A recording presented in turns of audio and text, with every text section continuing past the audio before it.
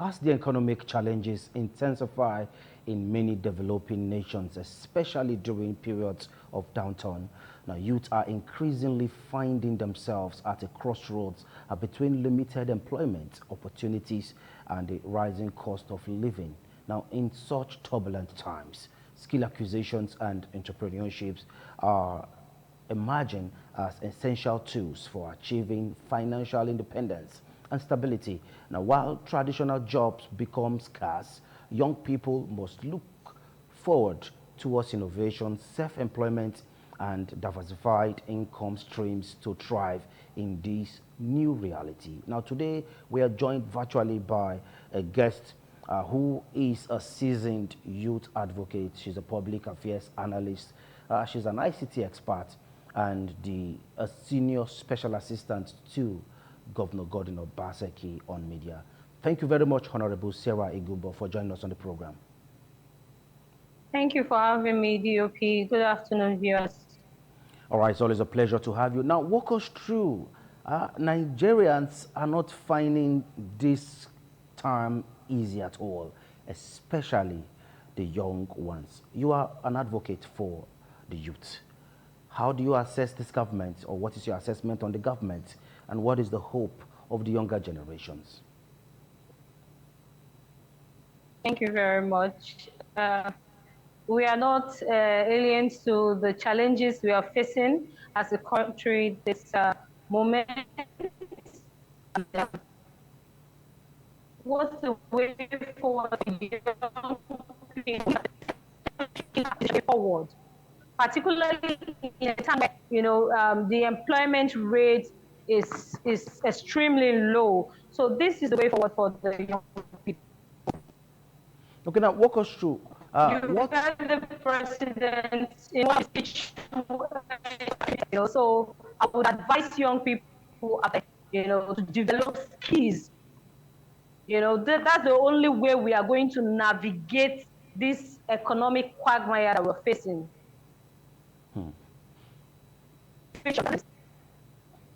Well, network is not too stable, but let's just hope we can sustain the conversation, or better still, we'll see what we can do to ensure that we have a better communication here.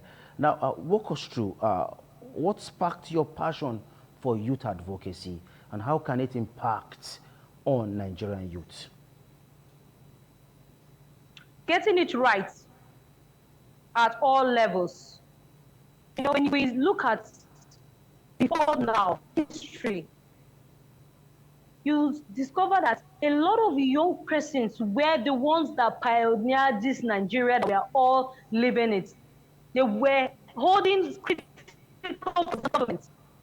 But today, is that the situation around?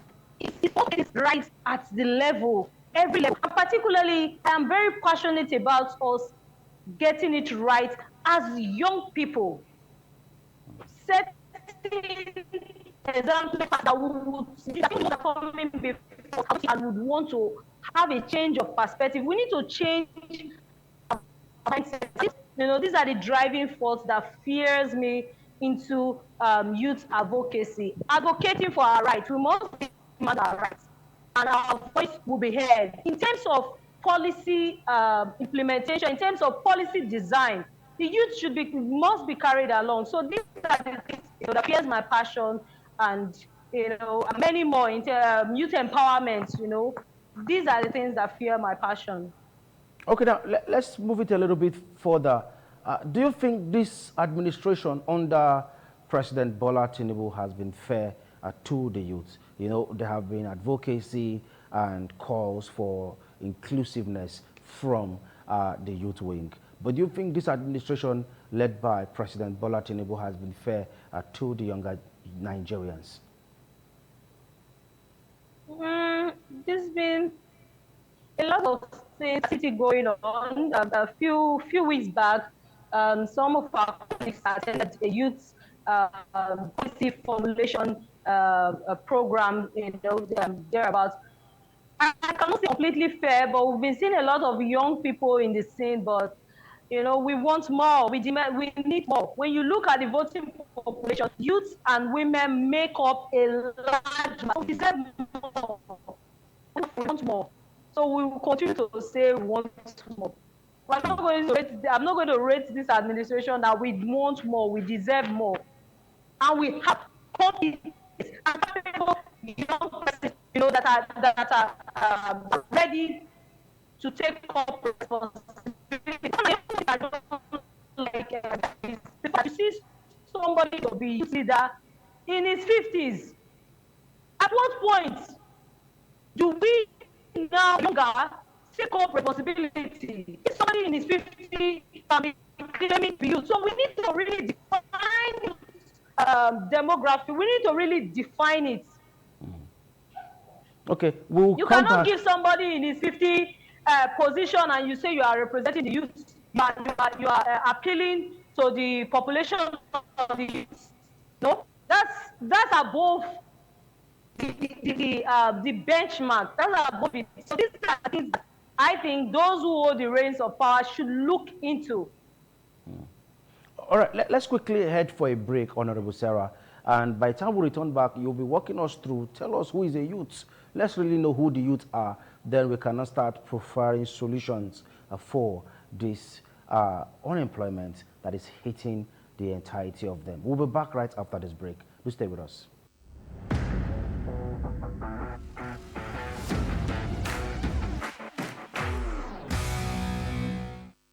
All right, welcome back from that break. And of course, if you're just joining, it's business this week, reaching you live from our network studio here in Benin City. We still go on with the conversation where we're looking at navigating economic challenges, the role of skill acquisition and entrepreneurship among youths. Honorable Sarah in Gubo still walking us through. Honorable Sarah, please, where you are now is a little bit noisy. Can you hear us? Are you there? Can you hear me? Yeah, okay, we can hear you now. Okay. All right, now, before we went on the break, you were walking us through who a youth is. You talked about people in their 50s, 60s getting a political appointment representing the youth. So who is a youth? Let's take it up from there. Okay, can you hear me? We are hearing you. Just try and get a stable place. Yeah, is it clear now? Can you hear me clearly? It's better. Go ahead. Okay. You know, the way things work over here, it's very sad to know that most times you will see people who are called youth leaders within the age bracket of 50, 55. You see them claiming to be youth leaders. At what point do those that fall under the real age range of youth going to take up such responsibility? For example, the youth policy of Nigeria recognizes that the new one recognizes 18 to 29 years old. Then we have INEC as an institution recognizes youth within the ages of 18 to 35 years. Even the African Youth Charter recognizes youth as people between the ages of 15 to 35. So these are the real people that fall within that age range. Okay, if we not say, okay, fine, 40, 45, you say, okay, we'll still agree, we'll still want to concede. But the fact that when you have people in their 50s, 60s claiming to be youth at heart and occupying positions meant to be youth simply because they can move their legs and they can stretch their body, I think it's totally unacceptable. I think these are the issues. When you give people such responsibilities, you are not necessarily satisfying the youth demography. No, you are not. You are giving elders position. Not, so we shouldn't now say, oh, they are young people simply because they can lift their leg or stretch their body. That doesn't mean. So I think government across board should ensure that there is good representation of youth in governance and government. Okay, now, to an extent, people go to school and come out, no. I can hear you, sir. We are with you. We are with you. Can you hear us? Okay. Just confirm that you can hear us, please. Can you hear me? Yeah, we are hearing you loud and clear, but just confirm you can hear us. I can hear you, but it's not so clear. Okay, but is it better I can hear now? you now. It's better now. All right, now you have to help us. To an extent, people go to school, they come out, no employment. The essence of going to school is to get a gainful employment. There was a time Yes. a president of this nation told the youth folks that there is no government employment anywhere. So what should the youth do now? Where should they focus? Or Can I? which agencies can they focus to start getting employment after school? The main essence of the very essence of education is not to get employment per se. Let's put it out there. Okay. It's to get enlightenment, to get knowledge. And it is what you do, how you utilize those knowledge is what gets you a job. So it's not that we're going to school just so that all of us in the entire world will be employed, but to get knowledge, to seek knowledge, to get enlightenment. That's the main purpose of education. And well, as regards the employment rates in Nigeria, I mean, I don't need to start reeling everything out. We already know what is obtainable currently. That is why at every point in time, I always advocate for entrepreneurship and skill acquisition. You cannot undermine the role of skill acquisition and entrepreneurship, particularly in navigating this economic quagmire that we have found ourselves in. Let me tell you a story. I was in London sometime last year, and while I was there was a particular lady that wanted to do her hair. She came to see my auntie. And then she was telling, I think she called a very heavy amount of money in pounds. That's the amount they're going to charge her. For what? It's just to braid hair.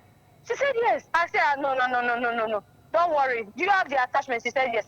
Right there, I decided to do the hair. And trust me, I did her hair. She was so happy. She tried to give me something. I said, no. It's something that, during the course of growing up as a child, in teenagehood, you get to, there are various opportunities that are given to young people, and you try to get knowledge as much as you can, because my philosophy in life is no knowledge is wasted. You may not need it now, but you're going to need it much later. So what's the essence of which I'm making this example is to tell our young people out there, skill acquisition is a necessity. In fact, it should be from the secondary school. Our young ones need to be exposed to skill acquisition. It doesn't matter if you are going to get the highest level of education in the world, but nothing beats skills acquisition. Particularly, we're in a technological era. Definitely. A lot of practices, over time are going to fade out. So you have to meet up you need to meet up the demand. Yes. Honorable Sarah, let's quickly pause you now. We are heading for another break, and we'll return back. You will continue, please. Just hold on. Okay. Right.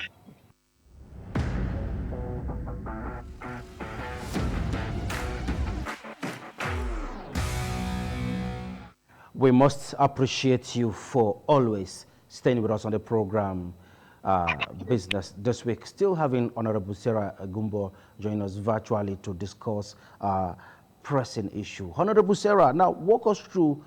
You are a social media expert. You are an ICT expert. You talked about digital skills.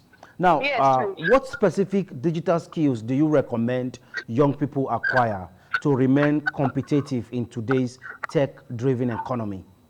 Okay, there are a couple of them. It depends on your area of interest. For me personally, it is digital marketing. For some, there's clouding. Others, they have software development. And there's also cyber security. I think that one is very much in vogue right now. So there are a couple of them, that young people can leverage on. We're in a technological driven world. So what that means is you have to, be in speed. That's what it means. So you have to be in speed. So I recommend that, young people get themselves acquainted with this technologies. Can you hear me, please? We are hearing you loud and clear. Go ahead. So I recommend that they get to equip themselves. There's uh, there's one other one, there's a whole lot of them, so I can't really pin that one. So ICT is the best way to go. There's a whole lot of them, get to learn, take advantage of opportunities. There's so many opportunities that is coming forth. Even like a few days ago, I looked at the job programs. I saw a lot of activities, in terms of trainings and all that. Take advantage. Like I said, no knowledge is wasted.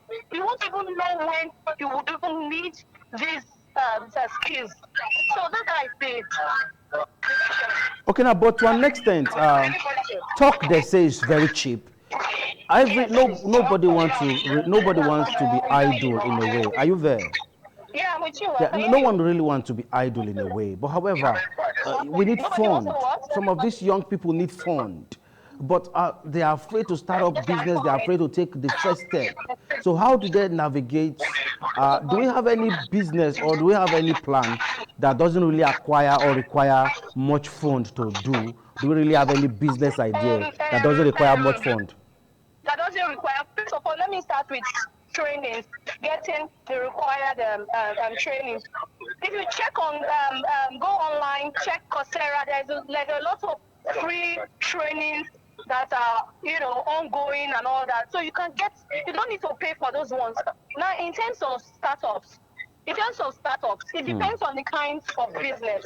Now, one of the things that young people are facing today that is of challenge is the fact that they don't have access to the necessary fundings.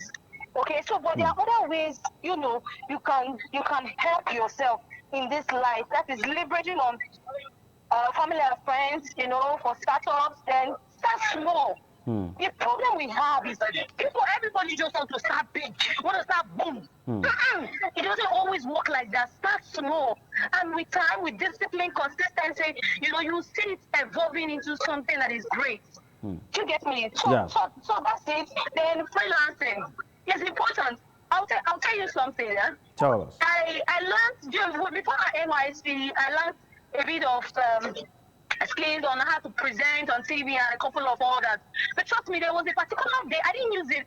Till a particular day where I needed to stand in for someone. And over the years, I was just freelancing. The experience, that I gathered, I had a way of coming at the floor, and I was able to utilize it well and even learn more in the process. So freelancing is also another way you can help yourself.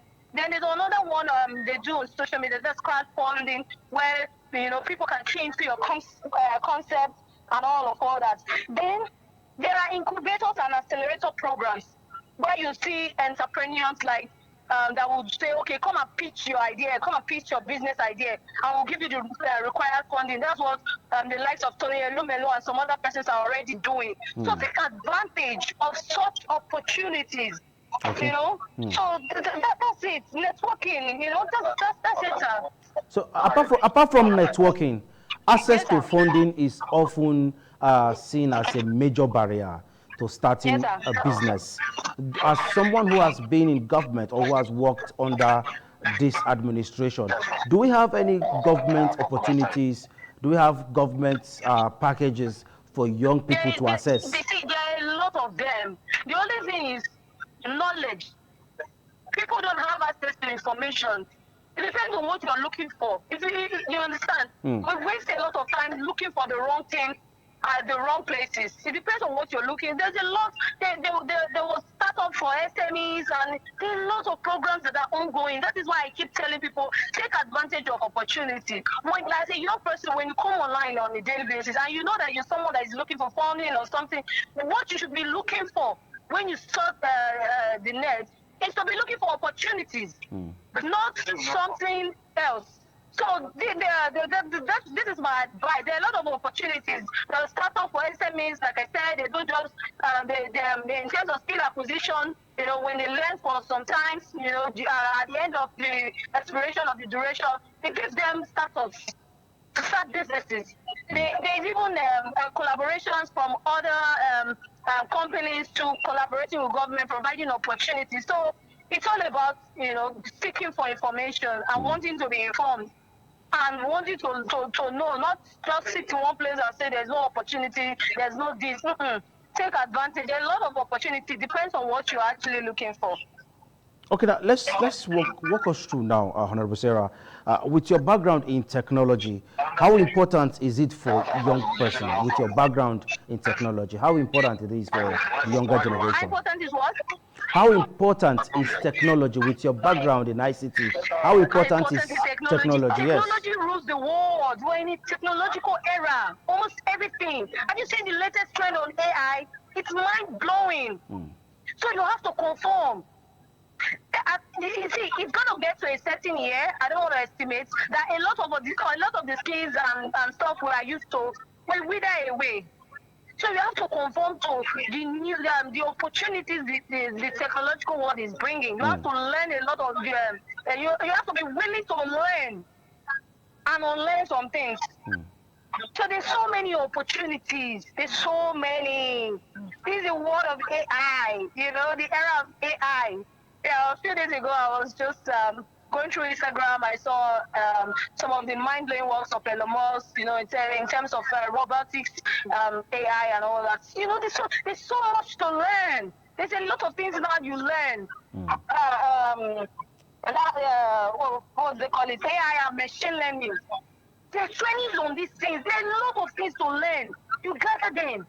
No knowledge is wasted, like I said. There's no knowledge that is wasted. So there are a lot of ICT things, graphics, digital marketing. See, for now, I'm coming from the area of social media.